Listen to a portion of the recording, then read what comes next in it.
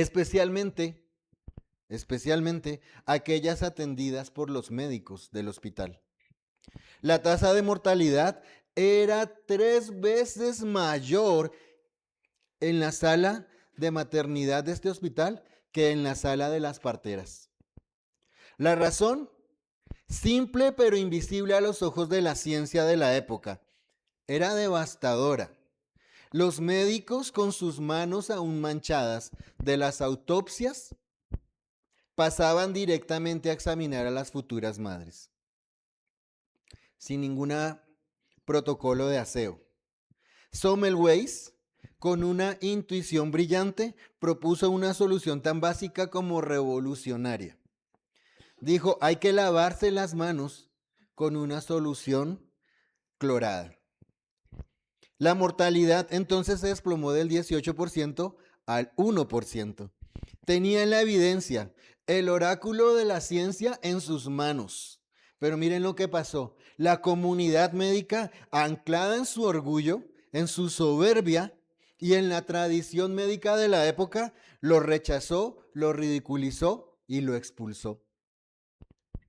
La verdad estaba allí, palpable, pero sus corazones estaban cerrados a la realidad de su propia suciedad. El privilegio de la ciencia no les pudo salvar de su propia ceguera. Esa es la misma tensión, la misma paradoja que Pablo magistralmente empieza a desentrañar en Romanos capítulo 3. Después de haber desmantelado la falsa seguridad del hombre religioso en el capítulo 2, Pablo anticipa las objeciones, los murmullos y las quejas de su audiencia judía. El judío, como lo hemos visto en las semanas anteriores, se sentía intrínsecamente seguro en su herencia, en su linaje y en su religión. Pero Pablo acaba de sentenciar que el ritual, sin una realidad interna, sin una transformación genuina, carece de valor. Entonces la pregunta flota en el aire, punzante y desafiante. ¿De qué sirve ser judío? ¿Qué valor tiene la circuncisión?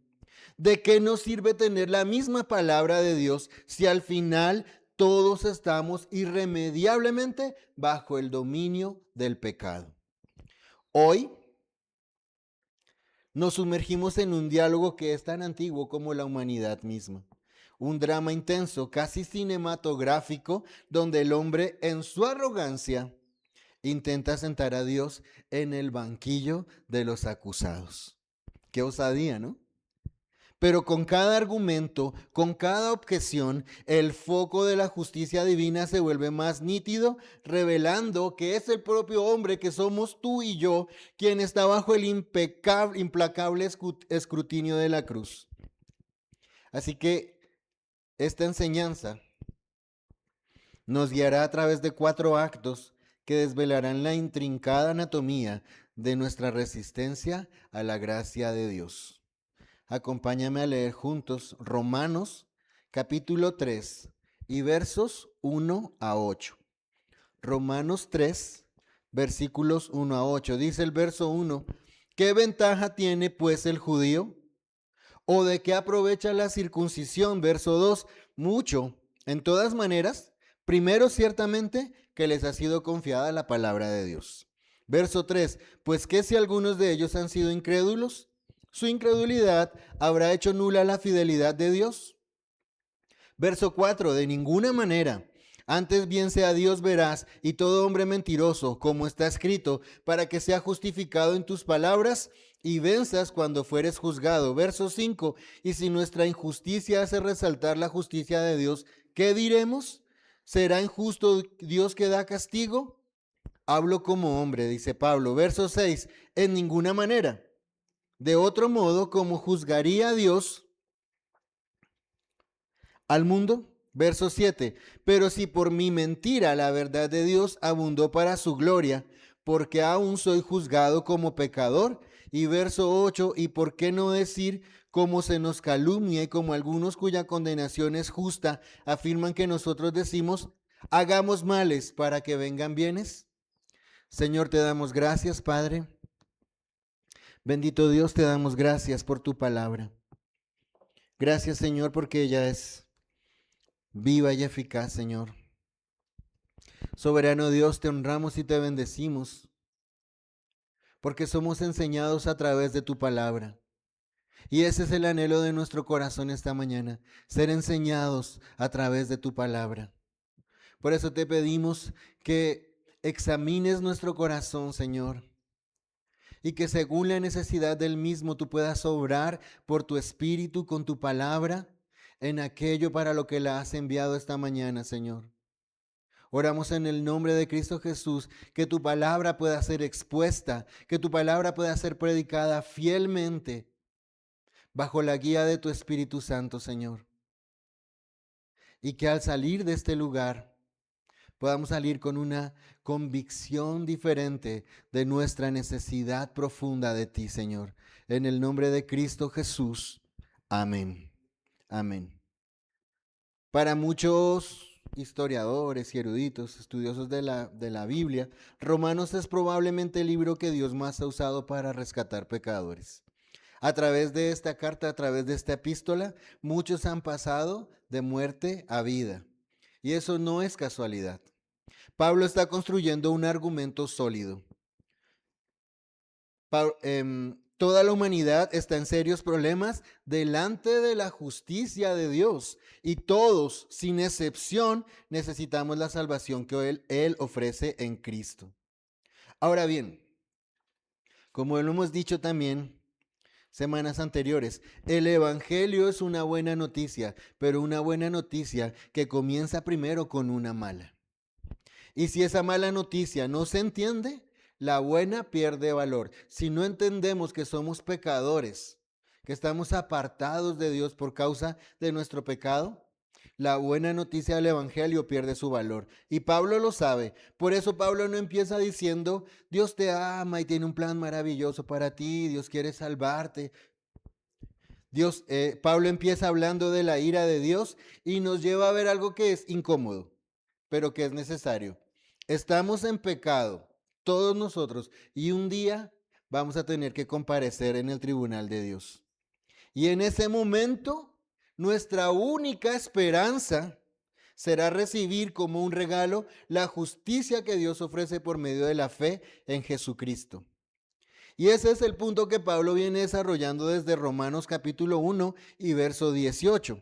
Primero mira al mundo pagano y concluye que son culpables aún sin tener la ley, porque la creación misma da testimonio de Dios, ¿recuerdan? Toda la creación apunta a un creador, toda la creación apunta a nuestro Dios. Luego se dirige al moralista, al que parece buena persona, al que parece ser un buen hombre, una buena mujer, y el veredicto no cambia. Dice Pablo, también es culpable.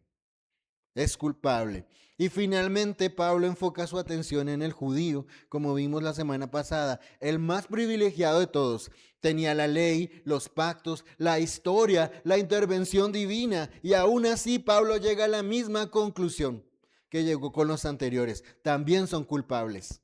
En otras palabras, no importa de dónde vengas ni qué tan religioso seas, todos estamos en la misma condición delante de Dios. Pero aquí surge una tensión.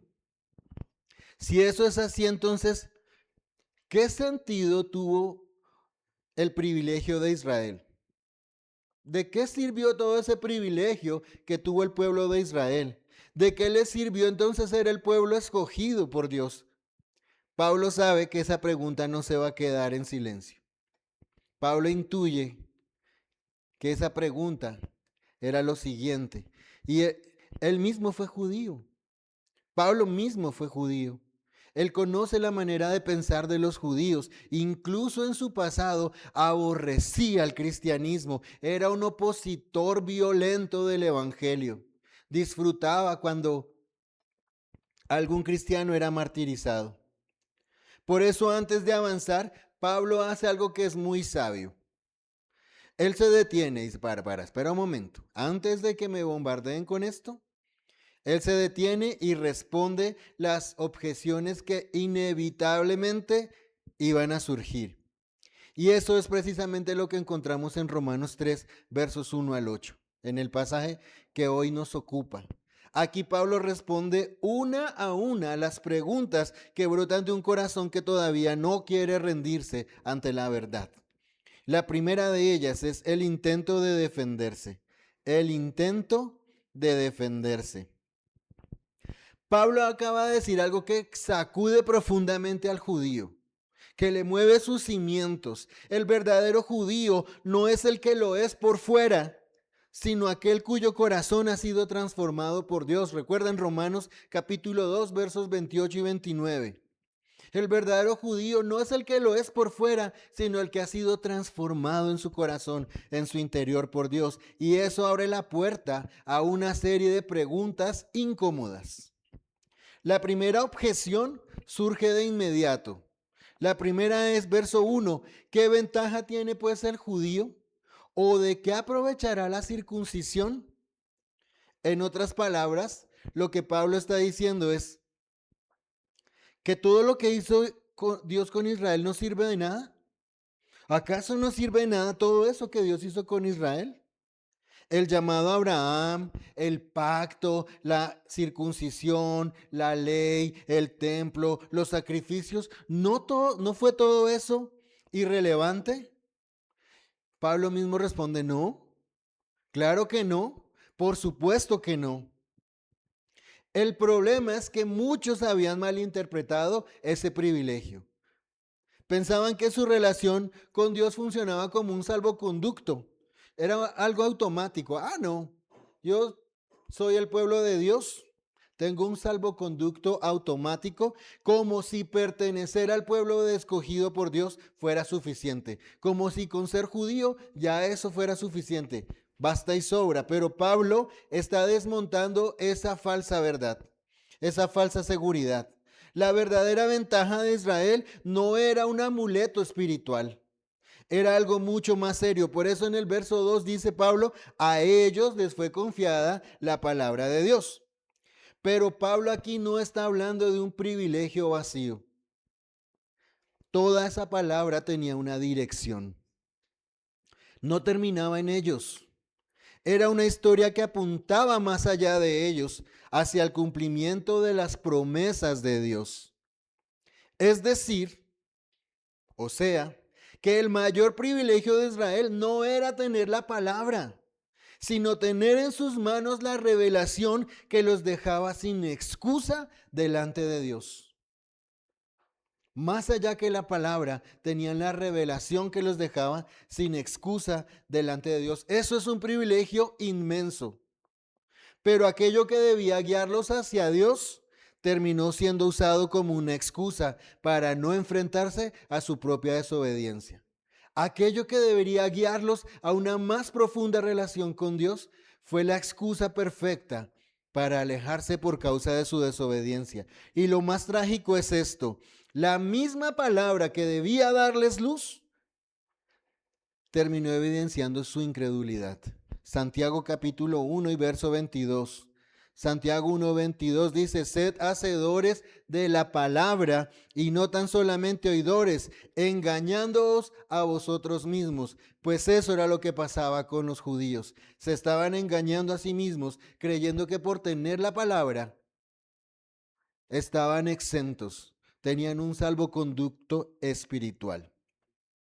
La segunda objeción que se presenta en estos versículos está en el verso 3. Dice Pablo, pues, ¿qué si algunos de ellos han sido incrédulos? ¿Su incredulidad habrá hecho nula la fidelidad de Dios?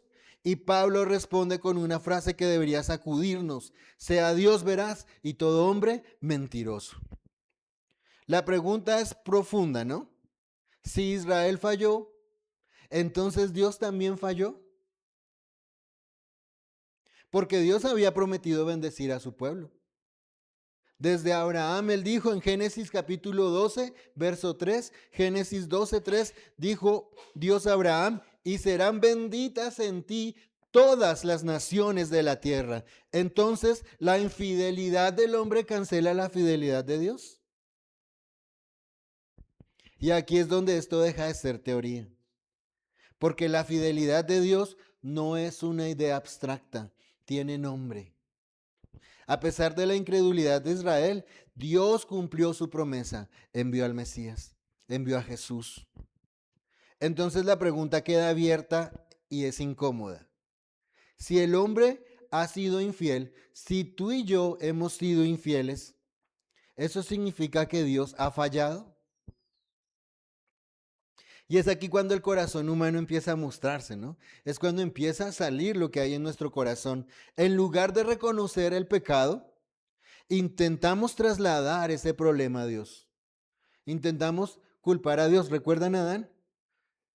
¿Qué hiciste? La mujer que me diste.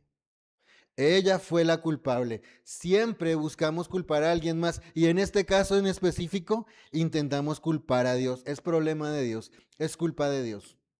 Dios me hizo así. ¿Yo qué culpa tengo? Si Dios no quiere que haga eso, debió haberme hecho diferente. Como si de alguna manera nuestra incredulidad pudiera invalidar lo que Dios ha dicho. Pero la atención no se detiene ahí, ¿no? Ahora viene la tercera objeción y esa tercera objeción va aún más lejos. Cada objeción va escalando más. Verso 5, y si nuestra injusticia hace resaltar la justicia de Dios, ¿qué diremos? ¿Será injusto Dios que da castigo? Y Pablo responde en el verso 6, en ninguna manera, porque ¿de qué otro modo cómo juzgaría Dios al mundo? Este argumento es más retorcido que el anterior, pero también es muy humano. Si mi pecado hace que Dios se vea más justo, entonces no debería castigarme. ¿Por qué mi pecado me lleva a ser castigado por Dios? Si hace ver a Dios más justo, si lo hace ver más bueno, como si el mal tuviera algún mérito, ¿no? Como si pecar, como si el pecado en sí mismo tuviera algún mérito, como si pecar de alguna forma contribuyera al plan de Dios. Esa es una lógica peligrosa, porque reduce el pecado a una herramienta útil y convierte la justicia de Dios en algo negociable. Y sabemos que la justicia de Dios no es negociable, ni el pecado es útil. Esa es la tensión más profunda de toda la Biblia. Dios es justo y nosotros somos culpables. Esa es la realidad. Dios es justo y nosotros somos culpables. Entonces, ¿cómo Dios puede castigar el pecado sin destruir al pecador? ¿Cómo Dios puede castigar el pecado sin destruir al pecador?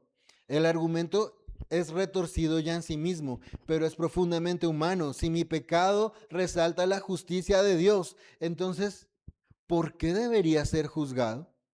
O sea, si mi pecado hace brillar la justicia de Dios, ¿por qué tengo que ser castigado? ¿Por qué tengo que ser juzgado? Y Pablo está llevando este argumento hacia un punto glorioso que vamos a ver más adelante, que esa justicia de Dios ahora es ofrecida no por obras, sino por medio de la fe en Jesucristo. Y aquí es donde nuestra lógica se rompe por completo. El problema no es que Dios sea injusto al juzgar, es que sería injusto si no lo hiciera. El problema no es que Dios sea injusto cuando juzga nuestro pecado. El problema es que Dios sería injusto si no lo hiciera, si no juzgara nuestro pecado. Porque si Dios dejara el pecado sin castigo, dejaría de ser justo. Y si Dios dejara de ser justo, dejaría de ser Dios. Y entonces aparece la cuarta objeción, que lleva esta idea al extremo. Cada objeción es más retorcida que la anterior. Verso 8, ¿por qué no decir, hagamos males para que nos vengan bienes? Pablo ni siquiera se detiene a debatir sobre eso. Él solamente dice, la condenación de los tales es justa. Es decir, si la gracia es tan grande, entonces pequemos más. Seamos más malos, más pecadores. Total, al final Dios será glorificado. Eso suena absurdo, ¿cierto? Pero es más común de lo que parece. A veces se disfraza en pensamientos como, luego me arrepiento. Yo sé que Dios me va a perdonar. Voy a hacerlo. Dios sabe cómo soy y me ama como soy. Lo importante es que Él me perdona. Puedo pecar todo lo que quiera porque Dios me perdona. Pero en el fondo es la misma actitud. Es usar la gracia que Dios ha puesto a nuestra disposición para seguir pecando. Y aquí es donde la lógica humana empieza a torcerse mucho más peligrosamente de lo que ya está torcida. Porque en el fondo lo que se está insinuando es esto, que quizá el problema no sea el pecado, sino el juicio. Tal vez el problema no es el pecado, el problema no soy yo, es el que me juzga, es Dios. Esas son las objeciones que Pablo enfrenta.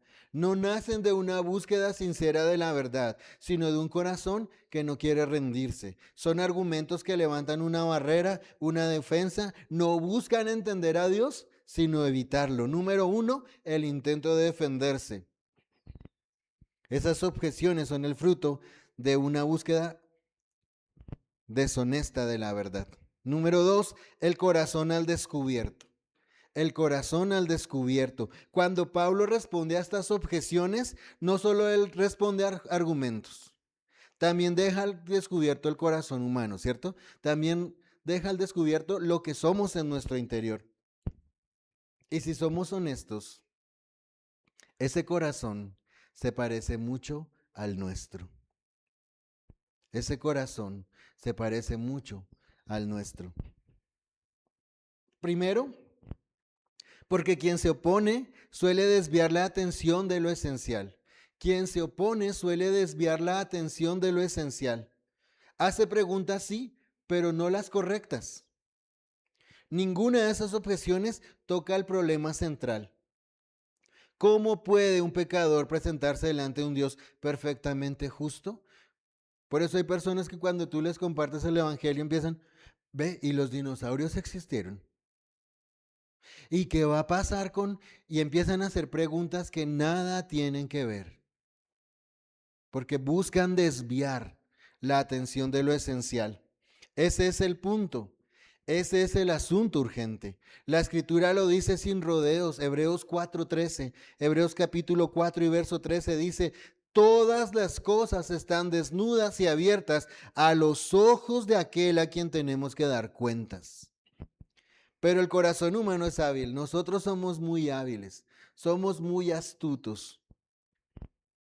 El corazón prefiere discutir lo secundario antes que enfrentar lo eterno. Y si recibo a Cristo, ¿no me puedo volver a emborrachar? ¿Ya no me puedo echar ni una polita? ¿Ni una canita al aire? Cambia el tema, lo evade, se distrae. Por eso Jeremías capítulo 17 y verso 9 dice, engañoso es el corazón más que todas las cosas y perverso, perverso. Mientras tanto, la pregunta más importante sigue sin responderse. ¿Qué voy a hacer con mi pecado delante de Dios? ¿Qué voy a hacer con mi pecado delante de Dios? Y esa pregunta no se responde con argumentos, se responde con una persona.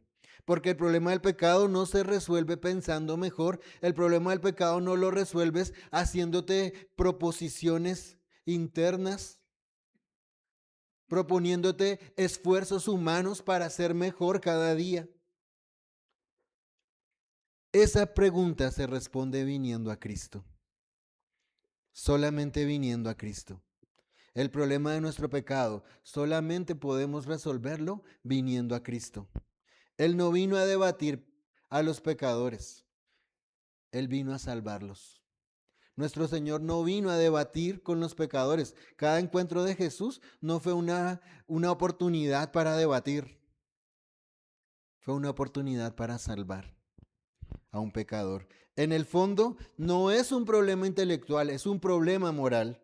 No busca luz, busca excusas. Juan 3:19 dice, los hombres amaron más las tinieblas que la luz, porque sus obras eran malas. La gente prefiere seguir viviendo en sus pecados que venir a Cristo.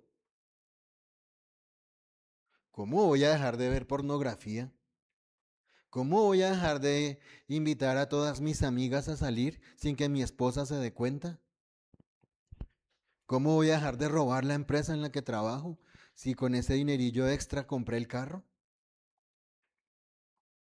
Por eso las objeciones escalan. Lo que empieza como duda termina en resistencia. Es más fácil discutir que rendirse. Es más fácil discutir con Dios que rendirse a su señorío.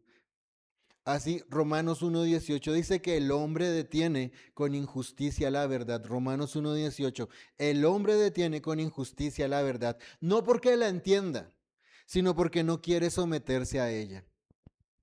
Al final, el corazón humano oscila entre dos extremos.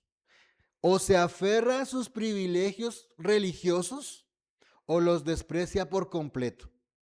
Esa es la radiografía de nuestra sociedad, de aquel que no conoce a Cristo. O se aferra a sus privilegios religiosos, y estos días sí que han estado evidentes, ¿no? O los desprecia por completo. Pero en ambos casos hace lo mismo, sigue evitando a Dios. O puedes aferrarte a tus privilegios religiosos. No, yo voy, yo cuando peco rezo 3 Padre Nuestros y el Ave María y no sé qué. O los desprecias por completo. Vieron tal vez la noticia esta semana de una secta satanista que se paró enfrente de una iglesia en el centro y empezaron a hacer actos indebidos. En cualquiera de los dos casos, o aferrarse a los privilegios religiosos o despreciarlos por completo, la actitud es la misma. Sigue evitando a Dios. Y mientras lo evite, seguirá preguntando sin realmente querer escuchar. Número 1, el intento de defenderse. Estas objeciones que Pablo presenta no nacen de una búsqueda sincera de la verdad. Número 2, el corazón al descubierto. Nuestro corazón oscila entre dos extremos: o nos aferramos a nuestros privilegios religiosos o los despreciamos por completo, pero en ambos casos seguimos evitando a Dios. Número 3, la defensa se derrumba. La defensa se derrumba. Pablo ya dejó claro algo contundente. Lo único que necesitamos es el Evangelio, es venir a Cristo. No hay excepción. Todos necesitamos el Evangelio. Pero en lugar de acercarse con humildad para entender cómo reconciliarse con Dios, muchos prefieren cambiar la conversación. Quieren respuestas a todo antes de rendirse a lo esencial. Eso es común verlo. Personas que exigen que les resolvamos los grandes misterios de la vida y de Dios, como si eso fuera un requisito previo para creer. Ay, pero ¿cómo se hizo Dios para crearse a sí mismo? ¿Cómo empezó Dios a existir? Pero la verdad es más sencilla y más incómoda. Eres pecador y vas camino al juicio y necesitas un Salvador. Eres pecador y vas derechito al juicio y necesitas un Salvador. Eso no es confuso, no es tan difícil de entender. Es claro como el sol del mediodía. Sí, hay preguntas profundas que nosotros no podemos responder. Hay cosas que nosotros no podremos responder. La mente de Dios es insondable. Pero lo necesario para la salvación está al alcance de todos. Lo que necesitamos saber para ser salvos está al alcance de todos. Dios en su amor envió a su Hijo, su único Hijo, para ocupar nuestro lugar en la cruz y recibir la ira que nosotros merecíamos. No es fácil eso. ¿Qué hay de complicado en entender que Dios en su inmenso amor envió a su Hijo, su único Hijo, a morir por nosotros en la cruz, ocupando nuestro lugar para que nosotros podamos ser llamados hijos de Dios a través de la fe, al creer y arrepentirnos? No hace falta entenderlo todo para venir a Cristo. Lo que hace falta es humildad. Ahora, hay una debilidad aún más grave que estas objeciones, y es esta. Al cuestionar el Evangelio, el hombre intenta sentar a Dios en el banquillo de los acusados. Cuando cuestionamos el Evangelio, cuando queremos racionalizar el Evangelio, Lo que estamos buscando es sentar a Dios en el banquillo de los acusados, como si Dios tuviera que rendirnos cuentas. Y ese es un intercambio de roles peligroso. Dios no está obligado a responder cada una de nuestras preguntas. Dios no necesita justificar lo que Él hace por nosotros. ¿De cuándo acá los pájaros le tiran a las escopetas? Dios no necesita justificar todo lo que hace a nosotros. Desde nuestra pequeñez decidamos si confiar en Él o no. Verso 8 dice, porque mis pensamientos, Isaías 55, 8 y 9, Isaías 55, 8 y 9 dice, porque mis pensamientos no son vuestros pensamientos, ni vuestros caminos, mis caminos, dijo Jehová. Verso 9, como son más altos los cielos que la tierra, así son mis caminos más altos que vuestros caminos, y mis pensamientos más que vuestros pensamientos. Si tú no me dices, Dios, ¿qué es lo que tienes para mí? ¿Y por qué me pasa todo esto? Olvídate de mí. No cuentes conmigo. A metros. Su paciencia es inmensa, sí. Dios tiene una paciencia inagotable, pero eso no significa que Él deba estar bajo nuestro juicio. ¿Cómo vamos a sentar a Dios en el banquillo? La realidad es otra, es así. Nosotros tendremos que dar cuentas de cualquier pensamiento, de cualquier cosa.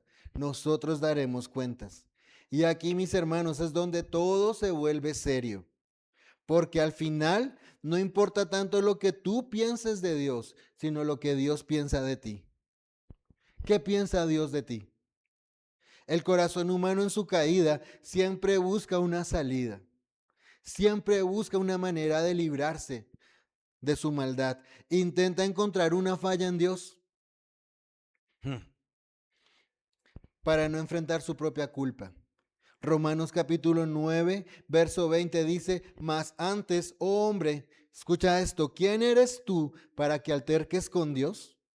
Dirá el vaso de barro al que lo formó, ¿por qué me has hecho así? ¿Cómo podemos nosotros contender con Dios? Y eso es sutil, pero es constante.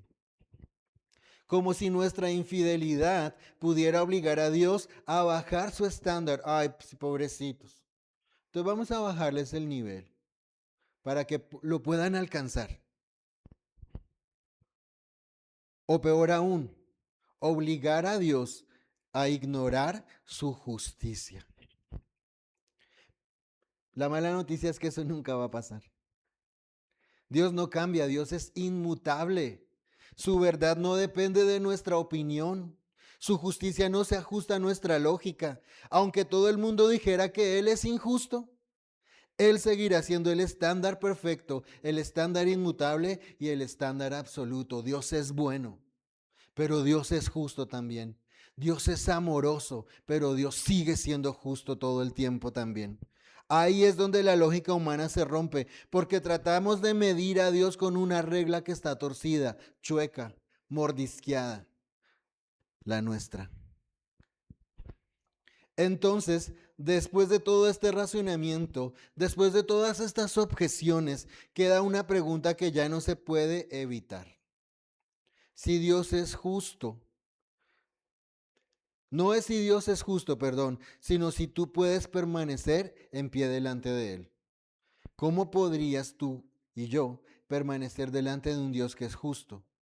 Porque mientras el hombre discute, mientras buscamos excusas para no venir a los pies de Cristo, Dios ya ha establecido el veredicto.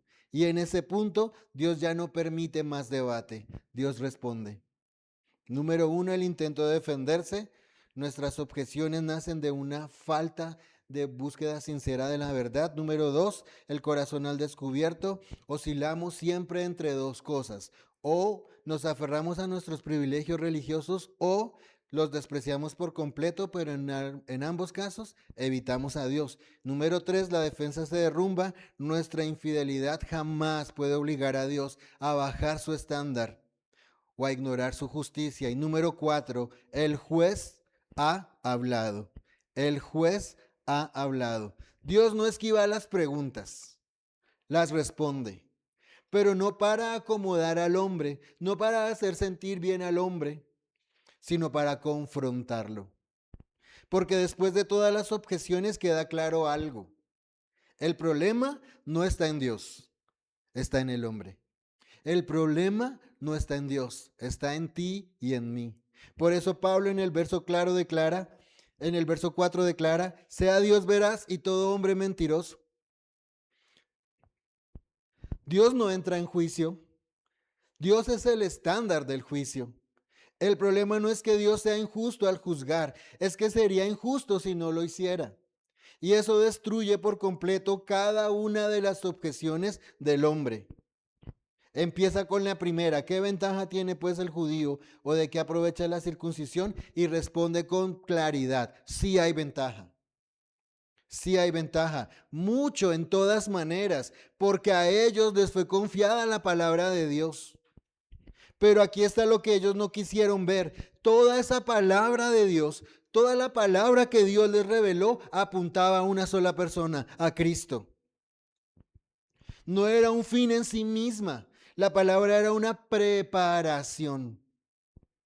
Todo lo que ellos tenían, las promesas, las leyes, los sacrificios, todo eso estaba apuntando a Cristo. Todo eso señalaba a Cristo. Y cuando Cristo no vino solo a enseñar. Él vino a cargar con la culpa que la ley exponía. Cristo vino a cargar con la culpa que la ley exponía. La ley decía culpable. Cristo dijo, yo pago. La ley decía culpable. Cristo dijo, yo pago. Tener la escritura y no llegar a Cristo es como tener un mapa y perderse por negarse a caminar hacia el destino.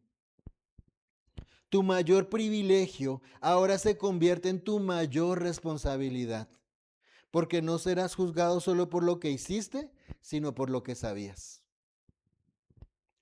Porque cuando se trata de salvación, todos estamos en el mismo nivel. Romanos 3:10, no hay justo ni aún uno, ni siquiera uno hay justo. Mis hermanos, todos, absolutamente todos necesitamos arrepentirnos. Todos necesitamos nacer de nuevo. Todos necesitamos a Cristo. Los privilegios no reemplazan la conversión. Luego Pablo enfrenta la segunda objeción, pues que si algunos han sido incrédulos, su incredulidad habrá hecho esto. Nula la fidelidad de Dios. Y su respuesta es firme: de ninguna manera. Dios no se ajusta a la lógica del hombre.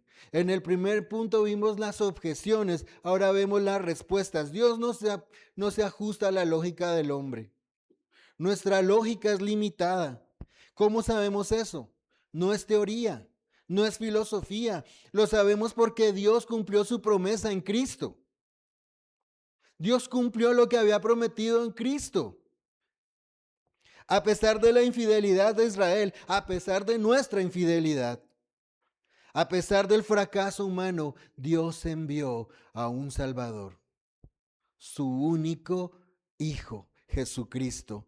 Segunda de Corintios 5:21, al que no conoció pecado, por nosotros, por ti y por mí, lo hizo pecado, para que nosotros, tú y yo, fuésemos hechos justicia de Dios en él, por medio de la fe.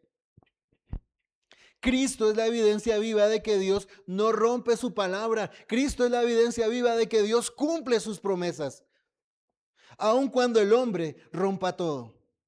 Aun cuando el hombre sea infiel. Él es fiel cuando promete y también cuando advierte. Fiel para bendecir al que cree y fiel para juzgar al que persiste en su pecado.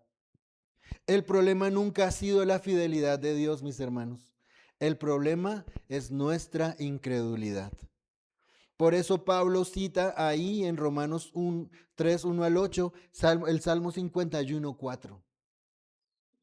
Dice, para que seas justificado en tus palabras y venzas cuando fueres juzgado. David lo entendió. Dios siempre tiene la razón, incluso cuando nos confronta, incluso cuando nos disciplina. Su justicia no se negocia. Y Romanos capítulo 3, verso 19, unos versículos más adelante, Pablo lo resume con sobriedad, para que toda boca se cierre y todo el mundo quede bajo el juicio de Dios. No hay defensa, no hay excusas. La tercera objeción va más lejos. ¿Será injusto Dios que da castigo? Y esa es la tensión más profunda del Evangelio. Dios es justo y nosotros culpables. Entonces, ¿cómo puede Dios castigar el pecado sin destruir al pecador? La respuesta no está en nosotros, está en Cristo. En la cruz, Dios no ignoró el pecado, Dios lo castigó. Isaías 53, 5 y 6. Abatido él, quebrantado, llevó nuestro pecado, pero no en nosotros, sino en su Hijo. Dios no castigó el pecado en nosotros, Dios castigó el pecado en su Hijo. La ira que merecíamos nosotros, Cristo la soportó en la cruz. Ahí la justicia de Dios no se negocia, se satisface. Y Jesucristo vino a satisfacer la ira de Dios poniéndose a sí mismo en aquella cruz. Pagó una deuda que no debía por unos pecadores que no podíamos pagar esa deuda. No es que nuestro pecado tenga valor, es que Dios en su soberanía lo usó sin dejar de condenarlo. Pablo responde con una lógica simple y devastadora. En ninguna manera, de otro modo, ¿cómo juzgaría Dios al mundo? Verso 6. Si ese argumento fuera válido, Dios no podría juzgar a nadie, ni judíos ni gentiles. Todo colapsaría. Y volvemos al mismo punto. El problema no es que Dios sea injusto al juzgar, es que sería injusto si no lo hiciera. Porque un Dios que no juzga el pecado no es bueno, es indiferente. Y el Dios de la Biblia no es indiferente, es un Dios santo, santo, santo. Y eso destruye por completo cada una de las objeciones del hombre. La última objeción, que es la que cruza la línea, ¿por qué no decir hagamos males para que vengan bienes? Pablo no debate, simplemente dice su condenación es justa, porque esa idea no nace de la ignorancia, sino de la rebeldía, de nuestro corazón rebelde. Y esa es la distorsión más peligrosa de la gracia, convertir el pecado en permiso. La gracia me permite pecar libremente. La gracia me permite hacer lo que yo quiera, porque si yo vengo a Dios y me arrepiento, Dios me perdona 1,000 veces. Eso revela un corazón que no ha entendido el Evangelio, porque la gracia no solamente te perdona. Escucha esto, la gracia te cambia, la gracia te transforma. El mismo Cristo que murió por ti, ahora vive en ti. Y si Cristo está en ti, el pecado ya no puede ser tratado como un juego. Peco y resto, empato, 1-1. No eres perfecto, pero sí diferente. Deberíamos ser diferentes. No sin lucha, porque todos los días luchamos con nuestra naturaleza, pero con una nueva dirección. Al final todo queda expuesto. No hay defensa, no hay excusa, no hay argumento que te sostenga delante de Dios. Ninguna justificación, ningún pretexto. Si te apoyas en tu religión, no es suficiente. Si usas la fidelidad de Dios como excusa, te condena. Si intentas justificar tu pecado, te hunde más. Hebreos 10, 26 y 27 dice, si pecaremos voluntariamente después de haber recibido el conocimiento de la verdad, ya no queda más sacrificio por los pecados, ya no hay nada más que hacer. Verso 27, sino una horrenda expectación de juicio y de hervor de fuego. La verdad nos deja sin salida. Y es justo ahí cuando ya no quedan excusas. cuando la gracia brilla con más fuerza, porque lo que no pudimos lograr, Dios lo proveyó. Una justicia que no teníamos, un perdón que no merecíamos, un Salvador que tomó nuestro lugar. Pero no te confundas, la gracia no es permiso para pecar. Pensar, ¿pecaré más para que Dios se glorifique más? No es libertad, es evidencia de que no has entendido la cruz. La gracia no te empuja al pecado, te libera de él, te cambia por dentro, te enseña a amar la santidad, no por obligación, sino por gratitud. Puedes haber crecido en la iglesia, puedes conocer versículos, la Biblia al derecho y al revés, moverte entre los textos, explicarlos con claridad, saber lo que Dios dice en cada situación de la vida y aún así estar lejos de Cristo. Aún así estar lejos, lejos de Cristo, porque el problema nunca ha sido la falta de información, sino la falta de transformación. Y si algo debe quedarnos claro hoy es esto. El problema no es que Dios sea injusto al juzgar, es que sería injusto si no lo hiciera. Y si Dios es justo, entonces tu pecado tiene que ser tratado. O lo pagas tú o dejas que Cristo lo pague en tu lugar. No hay otra opción. O pagas tú por tus pecados o dejas que Cristo pague por ellos. No necesitas una respuesta más. Necesitas rendirte. Así que si nos estás viendo hoy por primera vez, ven a Cristo en arrepentimiento y fe. Porque el Dios que es perfectamente justo, también es profundamente bueno. Y en su gracia hizo lo impensable. La ira que tú merecías, Cristo la tomó y la llevó voluntariamente en la cruz. Ahí está nuestra esperanza. Ahí está tu única salida. Fuera de Cristo, mis hermanos, no hay nada. Ponte de pie, por favor.